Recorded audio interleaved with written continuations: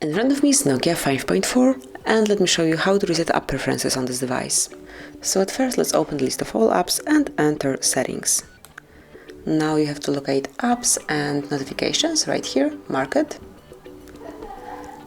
and go to all apps. So just tap on see all, and now tap on more icon, which is 3 dots one in the right upper corner. Here you will notice a reset app preferences tab. Click on it.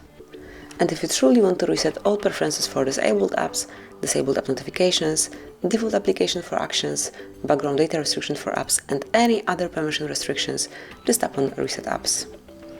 And that's it. It has been done. You've just reset all app preferences. Congrats. Thank you for watching. Please subscribe our channel and leave the thumbs up.